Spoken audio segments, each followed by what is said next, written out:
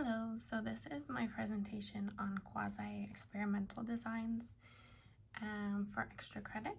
I wasn't quite sure what the purpose of quasi-experimental designs were, how they related to regular experimental designs, and kind of like just what they were good for in general.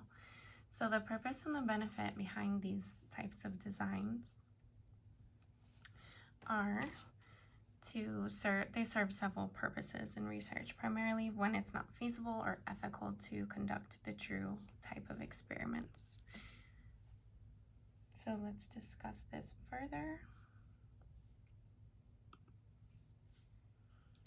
So one of the main points of using and reasons behind using quasi-design would be the causal inference. Also, while it's not as robust as a true experimental designs, quasi-experimental designs still aim to establish this cause and effect relationship. They allow researchers to make causal inferences by comparing groups that naturally differ in the independent variables. So causal inferences can be made using quasi-experimental designs, but the inferences are only made when data collected help render alternative explanations implausible. So you can see on the scale of correlational and experimental, quasi lies in the middle. So the internal validity is not as strong as an experimental design, but it is better than correlational. So it's almost there. So we also experience an increased external validity with quasi-experimental designs, and this is because researchers may lack full control over the assignment of participants to groups or conditions. However, they just end up the absence of this randomization and potential confounding variables often have that effect. So they may have higher external validity because they often reflect real-world conditions more closely. So again, we have this scale here.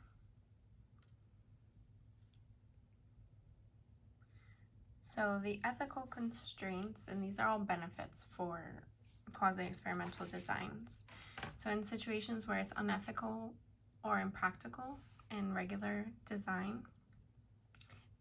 experimental design, quasi-experimental designs can be used as an alternative. So the example is studying effects of trauma on mental health or the impact of a natural disaster on a community. These all might require quasi-experimental designs due to that ethical dilemma. Okay. So they also allow for researchers to observe naturally occurring events and behaviors without intervention. So this can provide an invaluable insight into the phenomena that are difficult to replicate or control in a laboratory setting.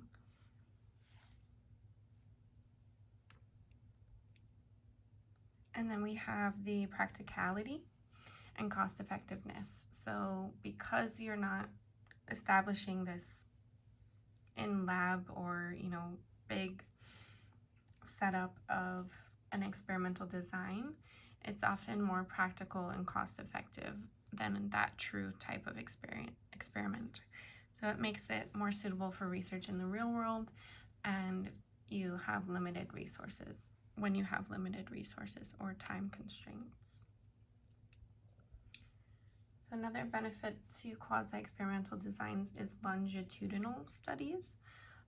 This examines changes in variables over time, and they allow researchers to track the effects of the interventions or natural events on outcomes across multiple time points. So again, this wouldn't be feasible with regular research designs. I mean, it could be, but it would be a far more difficult task to achieve. And then so we kind of lie here with the purpose of the quasi-experimental designs in general is to provide a balance between the controlled conditions of true experiments, and the complexities of real-world phenomena, allowing these researchers to draw meaningful conclusions despite limitations. So I also want to go over some kind of differences, what helped me understand in general the differences between experimental design and quasi. So there's also a randomization.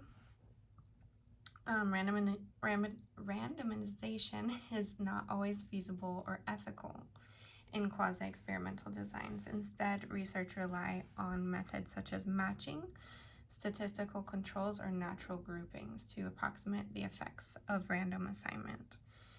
So that is another difference. It's not necessarily a benefit, which is what I've kind of gone over already. That's a difference in a potential limitation. And also, quasi-experimental designs can suggest associations between variables, but they are less effective at establishing that causality that we talked about. So without the random assignment, it's a little bit more challenging to rule out alternative explanations. And then the validity, as we discussed just in conclusion, the validity is often internally less, so there's less internal validity. However, they typically have a higher external validity. So again, this is kind of my perspective and what helped me understand quasi-experimental designs more so than I did prior to this class. Thank you.